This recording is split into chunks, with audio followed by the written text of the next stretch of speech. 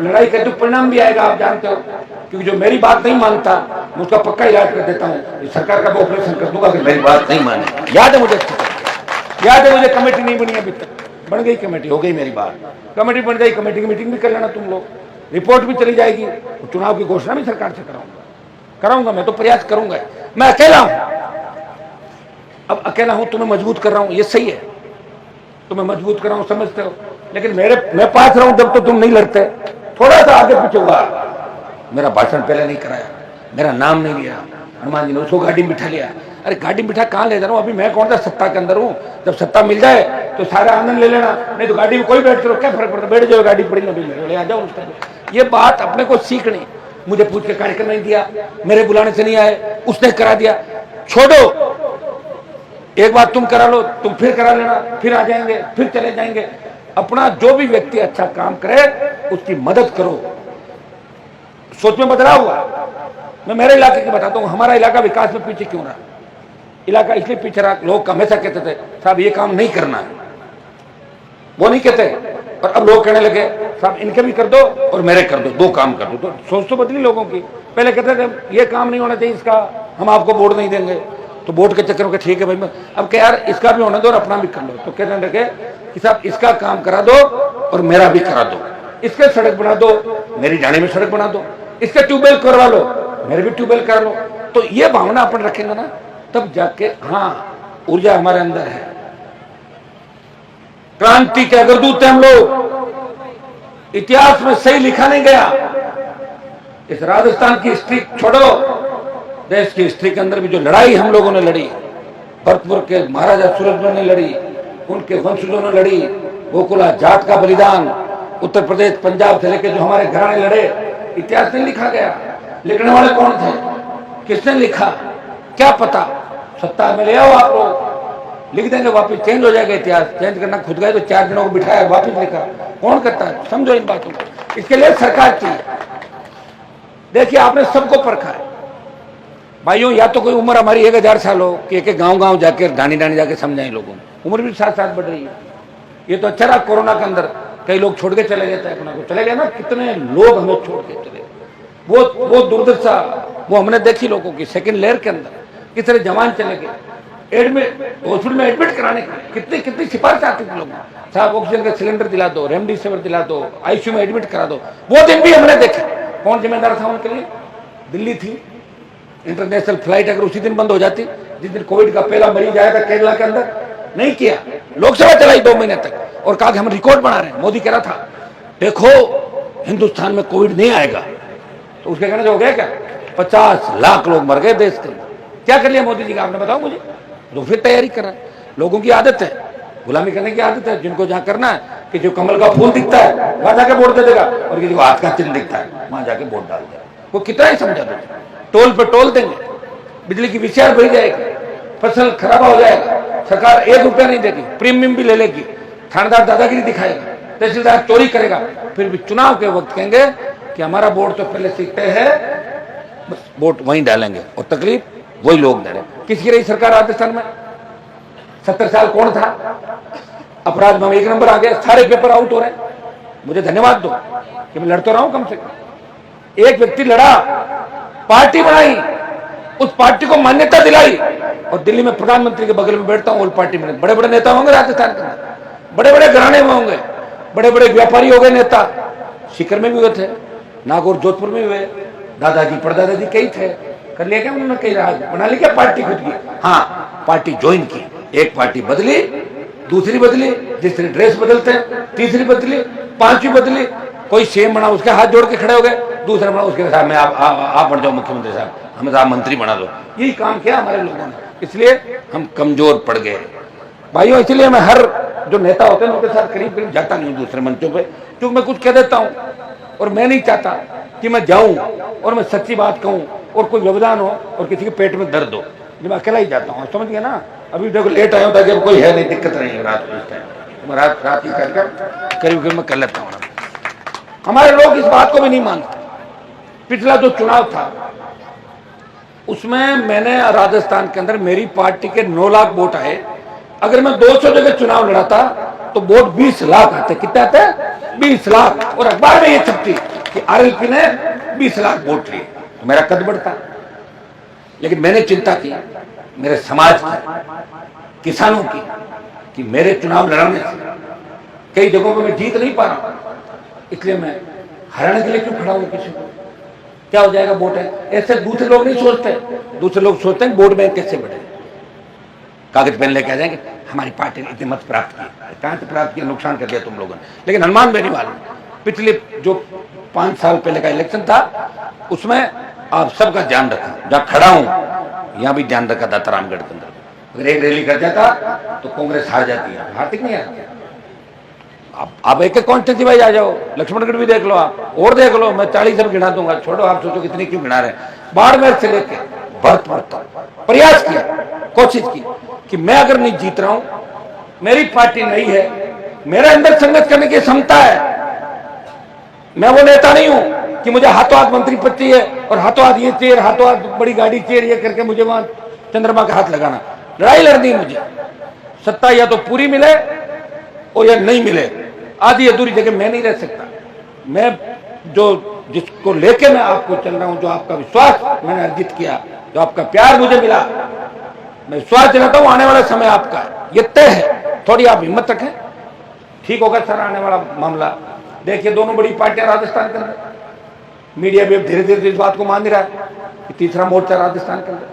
भाइयों 70 साल लड़ाई नहीं कोई व्यक्ति, हम 2013 जिनके साथ घूम रहे थे, थर्ड फंड, लेकिन जब पार्टी थी वो तो पार्टी बनी हुई थी, नई पार्टी थी नहीं। आप बताइए, पार्टी बना के उसको मान्यता दिलाना और उस पार्टी को वापस लेके आना, इस स्टेट में तो आपके आशीर्वाद से आरएलपी पार्टी ने किया। और मैं आपको धन्यवाद दूंगा सारे बच्चों को, किसानों को, 36 कौम के मेरे भाइयों को, छोटे छोटे बच्चे। अभी सस्ता अभियान चलाया मैंने, सस्ता अभियान 1 महीने के अंदर चला, बिना साधन संसाधनों के, कोई बाइक से जा रहा है, कोई गाड़ी से जा रहा है, कोई साइकिल से जा रहा है, झोंपड़े तक, ढाणी लास्ट तक आरएलपी का झंडा लगाया बच्चों ने। हमारी ये पार्टी जो पौधा हनुमान जी ने किसानों के आशीर्वाद से लगाया, इसको हम वट बनाएंगे राजस्थान के अंदर, और आने वाले समय के अंदर ये किसान कौन के काम आएगा। भाइयों दूसरे नेता तो सेकंड पीढ़ी को तैयार ही नहीं करते, मैं जानता हूं नेताओं को। आप मुझे देखना हमेशा कि मैं चाहता हूं जितने मंच में सारे भाषण दें बच्चे, सेकंड पीढ़ी तैयार। आज कोई यूनिवर्सिटी का नेता है, उससे मुझे क्या खतरा है, तो मेरे से 20 साल 25 साल छोटा होगा बच्चा, वो क्या मेरे को टक्कर देगा। मेरे को खतरा है 50 साल 52 साल 60 साल 40 45 साल वाले से, 25-22 वाले से मैं उसको बढ़ाऊंगा, हो सकता है कभी मेरे काम आएगा वो। ये मैं प्रयास करता हूँ स्टेट के अंदर। मैंने पहले के नेताओं को भी देखा था, नेता बैठ जाते थे कुर्सी पे, लोग नीचे बैठते थे। हमारे नागौर में बहुत बुरा हाल था, नागौर में तो लोगों को बहुत दूर बिठाते थे बेचारों को, बहुत क्या हालत की नागौर जो मेरे हिसाब से बहुत बड़ी संख्या नागौर की। ये जो 8 विधायक बनाए नागौर के अंदर, आप ऐसे ही मत सोचो इसको, 8 में से 7 में मेरा योगदान होगा पक्का 100%, तो पता कर लो एक कॉन्स्टिट्यूंसी भाई। मैंने प्रयास किया और उसी का परिणाम है कि आप मेरे से प्यार करते हो, लेकिन ये प्रयास करते करते मैं कोई 125 साल का नहीं होऊंगा। ये 23 की लड़ाई है, इसमें हर विधानसभा क्षेत्र में राष्ट्रीय लोकतांत्रिक पार्टी चुनाव लड़ेगी, दाता रामगढ़ से भी आरएलपी चुनाव लड़ेगी और मजबूती के साथ लड़ेगी, ये विश्वास मैं आपको दिलाता हूँ। लेकिन मैं चाहता हूँ कि आप लोग कोई ऐसा नाम मुझे दें जो जीतने की स्थिति में हो। भाइयों जिले का एसपी अगर अपना हो तो ठंडा डिप्टी कोई भी हो, कोई फर्क नहीं पड़ता, हाजिरी एसपी की देनी। कई जगह ऐसा होता है, आप एक चीज तय कर लो, या तो जाति के विधायक बना लो और या जाति का मुख्यमंत्री बना लो। विधायक तो 50, 55, 52, 53, 38, 40, 45 रह गए 70 साल में, कौन पूछता है। इसलिए इस बार आपको इस चीज का ध्यान रखना है, हमें इस पार्टी को मजबूत करना है। इस पार्टी का लीडर कौन है, पार्टी को लीड कौन कर रहा है, क्या पार्टी का नेता हमारा झुकने वाला तो नहीं है। ये सारी बातें देख के अगर आप करोगे तो मेरे हिसाब से ठीक हो जाएगा। मैं मारवाड़ से अगर 12, 15, 18 सीट ले भी होऊंगा, इधर अगर सीटें नहीं मिली तो फिर वही बात, एक पार्टी चली जाएगी 110, 15, 20 में, तो 110, 15, 20 में चली जाएगी तो 5 साल कौन धक्के खाएगा बताओ। 5 ब्लड प्रेशर, शुगर, 15 बीमारी, 15 गोली ये खानी पड़ेगी और क्या होगा। फिर चलते चलते कई नेता चलते चलते हो गए ये लो। तो अब आप ये करो, इस 23 की लड़ाई को अंतिम लड़ाई मानो। यह मैं किसी की बुराई नहीं करूंगा, लेकिन यह बहुत कुछ दिया आपको, सबको दिया, एक परिवार को बहुत कुछ दिया लंबे समय, और भी दिया। हमारा उनसे नहीं, मैं तो उनके पक्ष में था, आपको पता पिछले चुनाव का। लेकिन हमें अब रास्ता वो चुनना है कि नजर उस कुर्सी पे है। अगर उस कुर्सी पे नजर है, एकजुट हो जाओ उस सारे से, तब आपको ये नजर आना चाहिए कि बोतल का चिन्ह है, उसको दबाना बटन। ये चुनाव तो हर बार आता है। कभी वोट ऐसे व्यक्ति को भी डालो जो आपके लिए दिल्ली तक, मेरे हिसाब से मेरे जाने के बाद 5 साल में इतने लोग, इतने राजस्थान के नौजवान दिल्ली आते होंगे। लोकसभा जब चलती है तो दर्शक दीर्घा में सबसे ज्यादा राजस्थान का व्यक्ति दिखाई देता है। इतने राजस्थान के लोग आते हैं। अगर इतने क्यों आ रहे हो तुम लोग?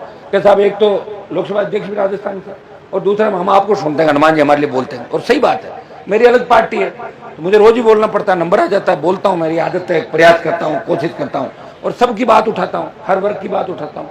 SC ST OBC से लेके आरक्षण के मामले तय हरियाणा के हो, चाहे गुजरों को, मैं हर रेजिमेंट तय, आपकी हर कम्युनिटी की, आई रेजिमेंट की बात हो, गुजर रेजिमेंट की हो, तय हमारा आज आरक्षण आंदोलन हो हरियाणा का, तमाम आपने देखा होगा देश के हर ज्वलंत मुद्दे को, चाहे महंगाई का मुद्दा हो आपके स्टेट के अंदर, जिससे बजरी माफिया का आतंक था, प्रयास किया हमने, बजरी माफिया के आतंक को खत्म किया।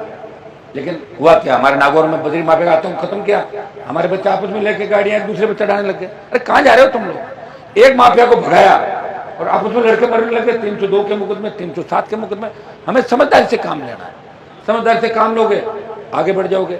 ये आर्थिक युग है, ठीक है, लेकिन आर्थिक युग में एक चीज का ध्यान रखो, अगर अपने ही आदमी को मार के 2 पैसा कमा लोगे, जीवन भर याद ये रात को सपना आएगा मैंने बहुत गलत काम किया, कि अपने ही व्यक्ति को पीछे रखा। इन चीजों को सोचने की आवश्यकता। देखो मैंने तो सोच रखा, और मेरे जितना दिलेर आदमी इस राजनीति में होगा ही नहीं।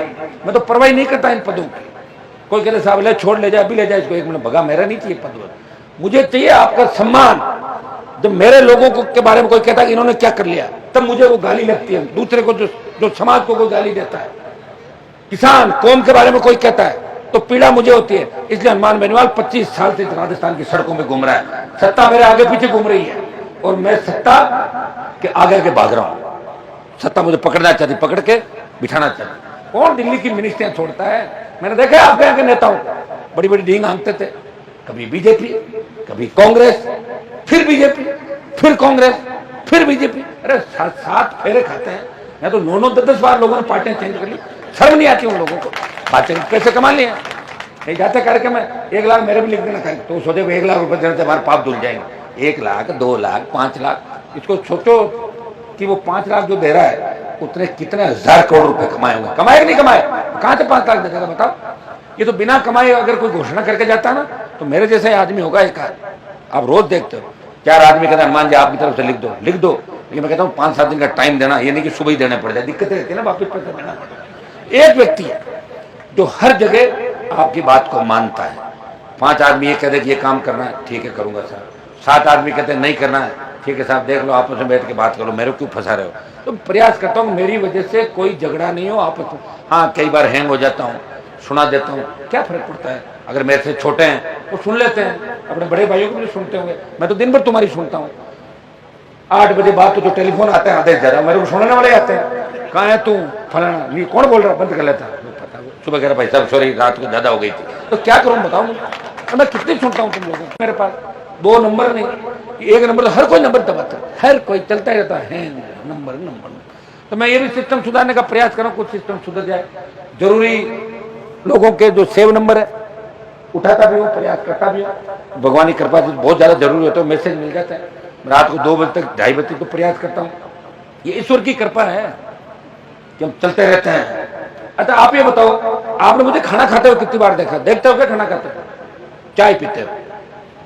मैंने मेरे ऐसे नेता देखे समाज के कई 15 बार खाना खाते थे दिन में। थोड़ी देर बाद थोड़ा हाँ 2 रोटी धीमा सा जरूर। मैंने कहा इतना डालते कहाँ हो? ये तो बताओ यार, 15 बार। कमाल के लोग है भाई।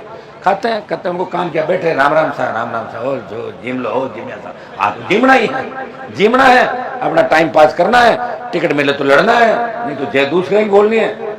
बिजनेस करना और मौज करने, पार्टी बदलनी, ये काम कर लिया, हमारी कौम पीछे रह गई। भैया कौम को अगर आगे बढ़ना भाइयों तो हिम्मत के साथ काम करना होगा। मैं इतना विश्वास आपको दिलाता हूँ।